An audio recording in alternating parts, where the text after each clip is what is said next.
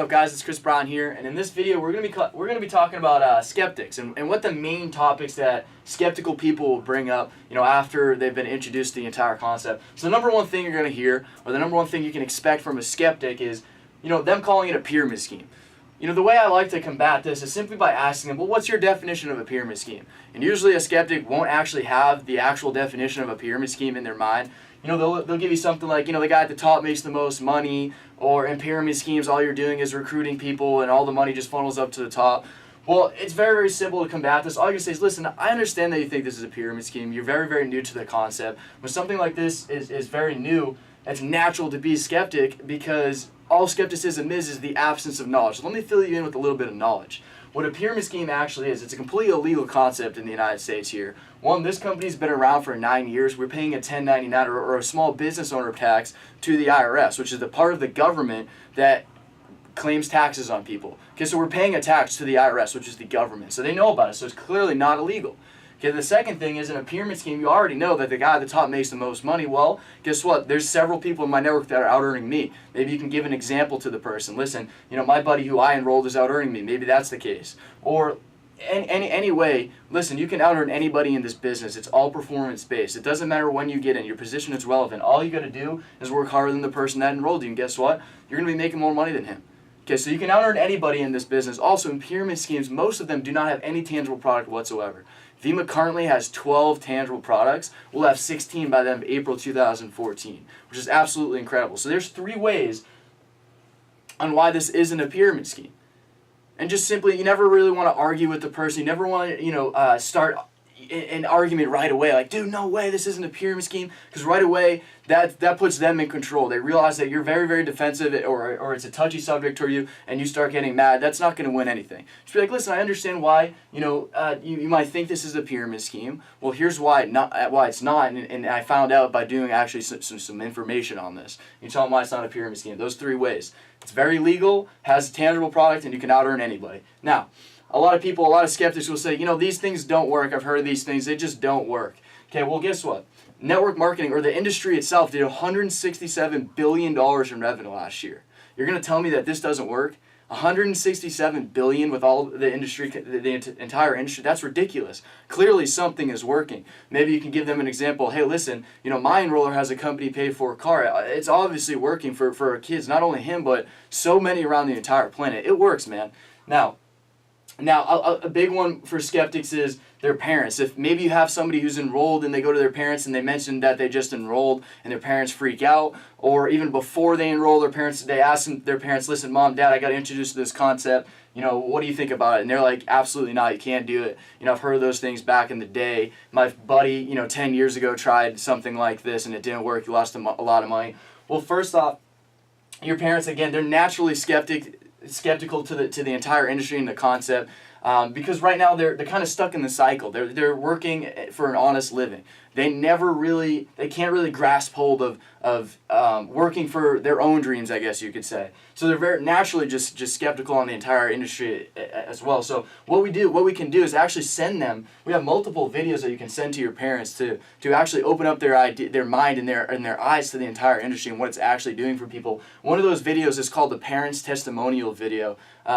Or the Parents Edition video that Vima actually created, that has multiple parents literally explaining, what they've seen that Vima has done for their children.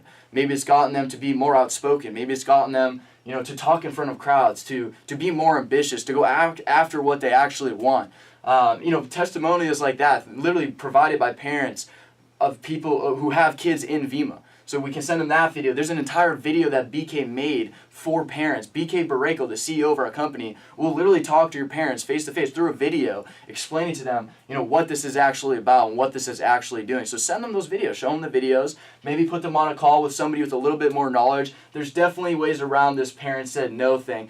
Okay, and you just got to ask, if it comes down to it, you could say to the person, if their parents are still saying no after videos, listen, man, I understand your parents are saying no to this, but are your parents really where you want to be financially when they're your age? No offense to your parents whatsoever. They have an honest living, but ask yourself, are these guys honestly living? Are they constantly on a six Saturdays and 1 Sunday schedule? Probably not, man. So if you want something different, you got to do something different. So anyways, the next one Influenced by friends, meaning somebody heard about the concept and right away they left the event or whatever, they saw a video, immediately asked one of their friends or you know, somebody close to them, say, hey man, what do you think of this idea? Their friend's like, listen, heard about this thing, it's a scam, pyramid scheme, you know, it doesn't work. My parents said, no, don't do this, dude. Well, you gotta ask ask the person who's been influenced by their friends, listen man, do your friends actually have, you know, what you want, or does their bank account, is it congruent to what your bank account wants to look like later on? You know, your friend might be working 8, 9, 10, 11, 12, maybe $15 if they're lucky,